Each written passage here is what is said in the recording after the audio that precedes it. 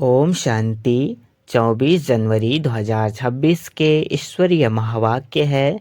पहले सुनते हैं मुरली के मुख्य पॉइंट्स।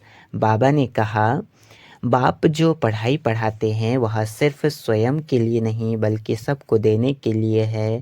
पहले स्वयं बुद्धि में स्पष्टता हो तभी औरों को बाप और सृष्टि चक्र का सही परिचय दे सकते हैं। सबसे पहली धारणा यह है कि हम सब आत्मा रूप में भाई भाई हैं। यह निश्चय पक्का होने से देहभान और ऊंच नीच की भावना स्वतः समाप्त हो जाती है। सृष्टि चक्र अनादि और एक्यूरेट बना हुआ है। इसमें कुछ भी नया या पुराना जोड़ने की आवश्यकता नहीं। इस चक्र को समझने से आत्मा ड्रामा में स्थिर हो जाती है। सतयुग में आत्मा कर्म करती है परंतु वे कर्म अकर्म बन जाते हैं। कारण यह है कि वहाँ रावण नहीं होता और विकारों का नाम निशान भी नहीं रहता। कलयुग में वही आत्मा जब कर्म करती है तो वे विकर्म बन जाते हैं। विकारों की उपस्थिति ही कर्मों को पाप की दिशा में ले जाती है। संगम युग की विशेषता यह है कि यहाँ आत्मा दोनों का अनुभव करती है। ज्ञान के बल से कर्म को अकर्म बनाने का अभ्यास अभी करना होता है। लास्ट में बाबा ने कहा, आत्मा ही पावन और पतित बनती है क्योंकि सारे संस्कार आत्मा में ही होते हैं। शरीर तो सिर्फ उन संस्कारों को प्रकट करने का माध्यम है। 24 कैरेट सच्चा सोना बनने का अर्थ है सतो प्रधान अवस्था में पहुंचना। इसके लिए हर विकर्म से स्वयं को बचाना आवश्यक है। अच्छा, अब सुनते हैं मुरली को विस्तार से। मुरली का सार। मीठे बच्चे, बाप तुम्हें जो पढ़ाई पढ़ाते हैं वह बुद्धि में रख सबको पढ़ानी है। हर एक को बाप का और सृष्टि चक्र का परिचय देना है। प्रश्न, आत्मा सतयुग में भी पाठ बजाती और कलयुग में भी, लेकिन अंतर क्या है? उत्तर, सतयुग में जब पाठ बजाती है तो उसमें कोई पाप कर्म नहीं होता है। हर कर्म वहाँ अकर्म हो जाता है क्योंकि रावण नहीं है। फिर कलयुग में जब पाठ बजाती है तो हर कर्म विकर्म व पाप बन जाता है क्योंकि यहाँ विकार हैं। अभी तुम हो संगम पर, तुम्हें सारा ज्ञान है। ओम शांति। अब यह तो बच्चे जानते हैं कि हम बाबा के पास सामने बैठे हैं। बाबा भी जानते हैं बच्चे हमारे सामने बैठे हैं। यह भी तुम जानते हो। बाप हमको शिक्षा देते हैं जो फिर औरों को देनी है। पहले पहले तो बाप का ही परिचय देना है क्योंकि सब बाप को और बाप की शिक्षा को भूले हुए हैं। अभी जो बाप पढ़ाते हैं यह पढ़ाई फिर 5000 वर्ष बाद मिलेगी। यह ज्ञान और कोई को है नहीं। मुख्य हुआ बाप का परिचय। फिर यह भी समझाना है हम सब भाई भाई हैं। सारी दुनिया की जो सब आत्माएं हैं सब आपस में भाई भाई हैं। सब अपना मिला हुआ पाठ इस शरीर द्वारा बजाते हैं। अब तो बाप आए हैं नई दुनिया में ले जाने के लिए जिसको स्वर्ग कहा जाता है, परंतु हम सब भाई पतित हैं। एक भी पावन नहीं। सभी पतितों को पावन बनाने वाला है ही एक बाप। यह है ही पतित विकारी भ्रष्टाचारी रावण की दुनिया। रावण का अर्थ ही है 5 विकार स्त्री में, 5 विकार पुरुष में। बाबा बहुत सिंपल रीति समझाते हैं। तुम भी ऐसे समझा सकते हो तो पहले पहले यह समझाओ हम आत्माओं का वह बाप हैं। हम सब ब्रदर्स हैं। पूछो यह ठीक है? लिखो, हम सब भाई भाई हैं। हमारा बाप भी एक है। हम सब सोल्स का वह हैं सुप्रीम सोल। हम सब सोल्स का वह हैं सुप्रीम सोल। उनको फादर कहा जाता है। यह पक्का पक्का बुद्धि में बिठाओ तो सर्वव्यापी आदि पहले निकल जाए।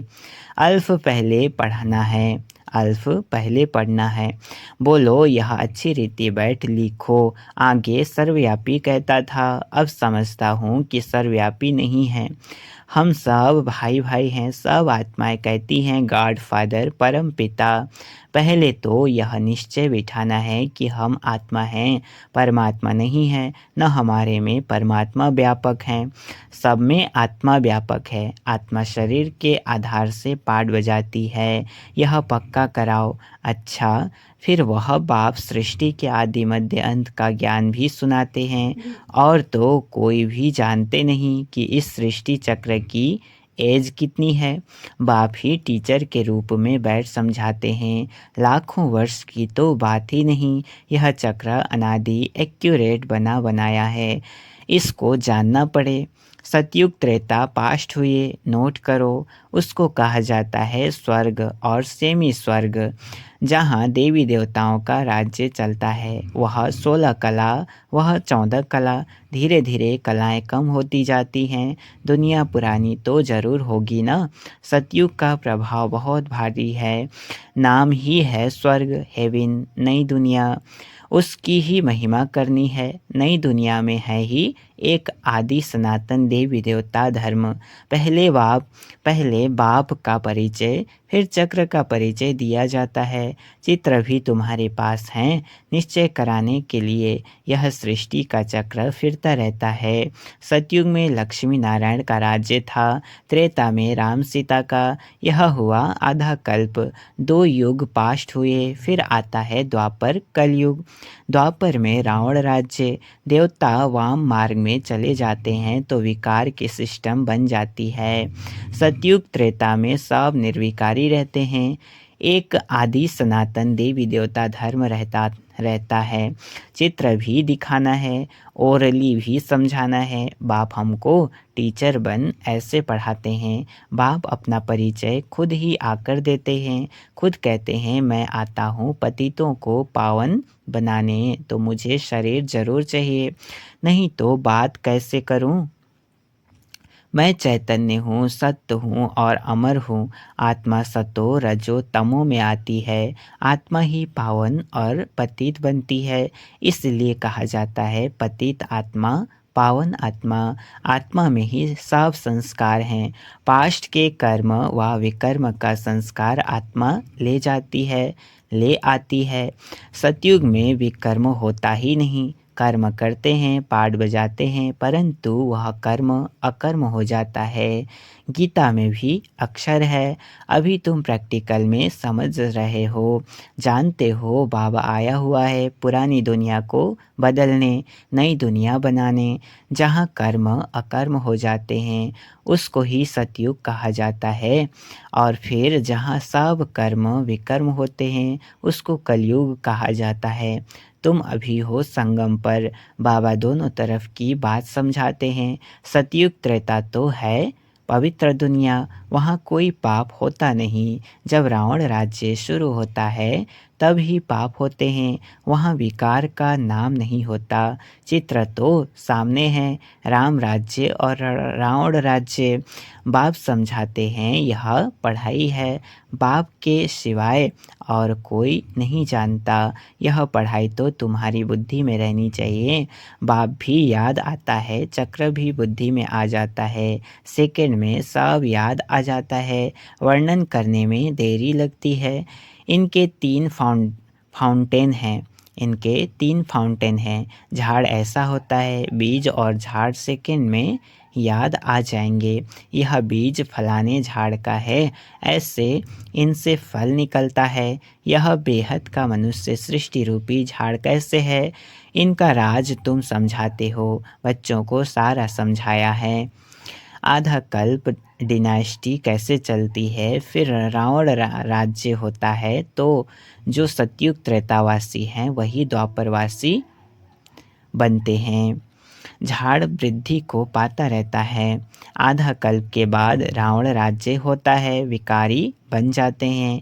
बाप से जो वर्षा मिला वह आधा कल्प चला। नॉलेज सुनाकर वर्षा दिया वह प्रारब्ध भोगी अर्थात सतयुग त्रेता में सुख पाया। उसको सुखधाम सतयुग कहा जाता है। वहाँ दुख होता ही नहीं। कितना सिंपल समझाते हैं। एक को समझाते हो या बहुतों को समझाते हो तो ऐसे अटेंशन देना है। समझता है हाँ हाँ करता है, समझता है हाँ हाँ करता है, बोलो नोट करते जाओ। कोई शंका हो तो पूछना, बोलो नोट करते जाओ। कोई शंका हो तो पूछना। जो बात कोई नहीं जानता वह हम समझाते हैं। तुम कुछ भी जानते नहीं हो, पूछेंगे फिर क्या। बाबा तो इस बेहद झाड़ का राज समझाते हैं। यह नॉलेज अभी तुम समझते हो। बाप ने समझाया है तुम 84 के चक्र में कैसे आते हो। यह अच्छी रीति नोट करो, फिर इस पर विचार करना है।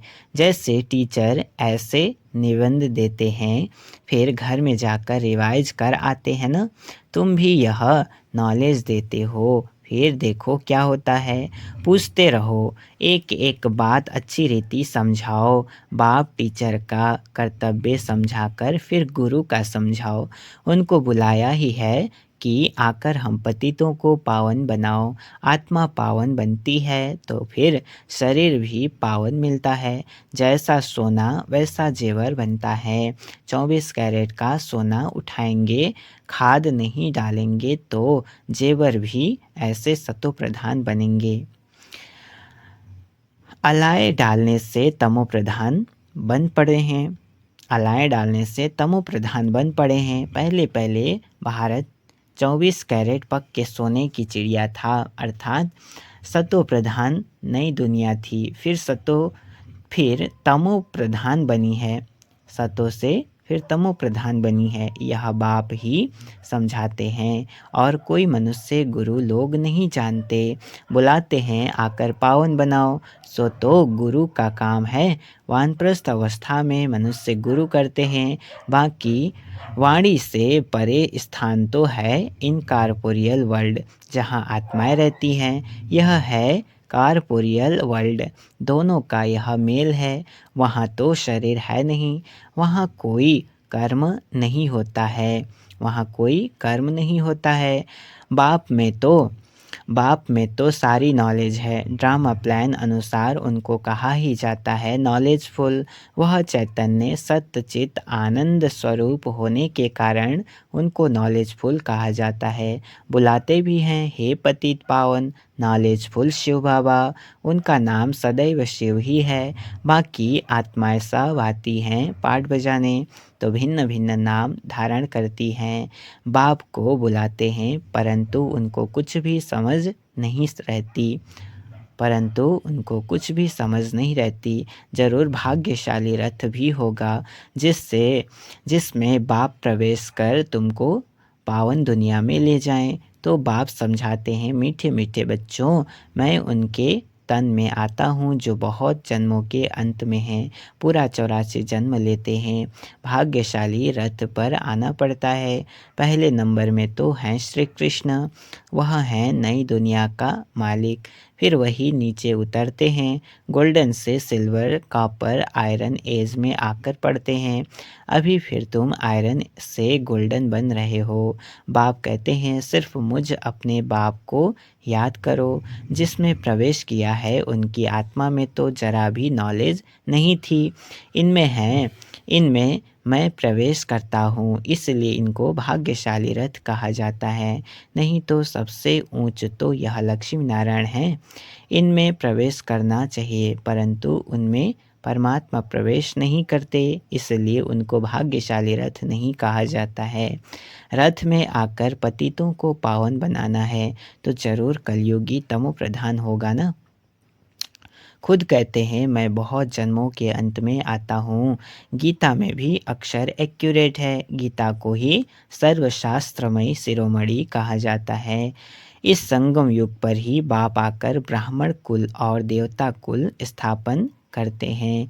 बहुत जन्मों के अंत में अर्थात संगम युग पर ही बाप आते हैं। बाप कहते हैं मैं बीज रूप हूँ। श्री कृष्ण तो हैं सतयुग का रहवासी। उनको दूसरी जगह तो कोई देख न सके। पुनर्जन्म में तो नाम रूप देश काल सब बदल जाता है, फीचर्स ही बदल जाते हैं। पहले छोटा बच्चा सुंदर होता है, फिर बड़ा बड़ा होता है। वह फिर शरीर छोड़ दूसरा छोटा लेता है। यह बना बनाया खेल ड्रामा के अंदर फिक्स है। दूसरा शरीर लिया तो उनको श्री कृष्ण नहीं कहेंगे। उस दूसरे शरीर पर नाम आदि फिर दूसरा पड़ेगा। समय, फीचर्स, तिथि, तारीख आदि सब बदल जाती है। वर्ल्ड की हिस्ट्री ज्योग्राफी हूबहू रिपीट कहा जाता है, तो यह ड्रामा रिपीट होता रहता है। सतो रजो तमो में आना ही है। सृष्टि का नाम, योग का नाम सब बदलते रहते हैं। अभी यह है संगम युग। मैं आता ही हूँ संगम पर।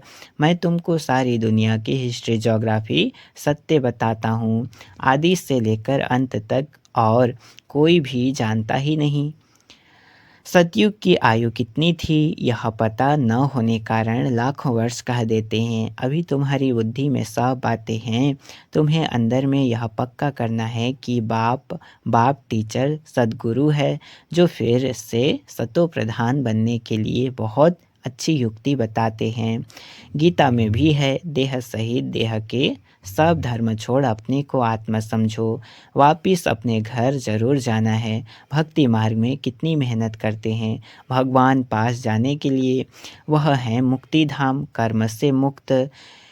हम इन कॉर्पोरियल दुनिया में जाकर बैठते हैं। पाठधारी घर गया तो पाठ से मुक्त हुआ। सब चाहते हैं हम मुक्ति पाएं, मोक्ष तो किसको मिल न सके। यह ड्रामा अनादि अविनाशी है। कोई कहे यह पाठ आने जाने का हमको पसंद नहीं, परंतु इसमें कुछ कर न सकें। यह पाठ आने जाने का हमको पसंद नहीं, कोई कहे, परंतु इसमें कुछ कर न सकें। यह अनादि ड्रामा बना हुआ है। एक भी मोक्ष पा नहीं सकते। वह सब हैं अनेक प्रकार की मनुष्य मत। यह है श्रीमत। श्रेष्ठ बनाने के लिए मनुष्य को श्रेष्ठ नहीं कहेंगे, देवताओं को श्रेष्ठ कहा जाता है। उन्हों के आगे सब नमन करते हैं, तो वह श्रेष्ठ ठहरे ना।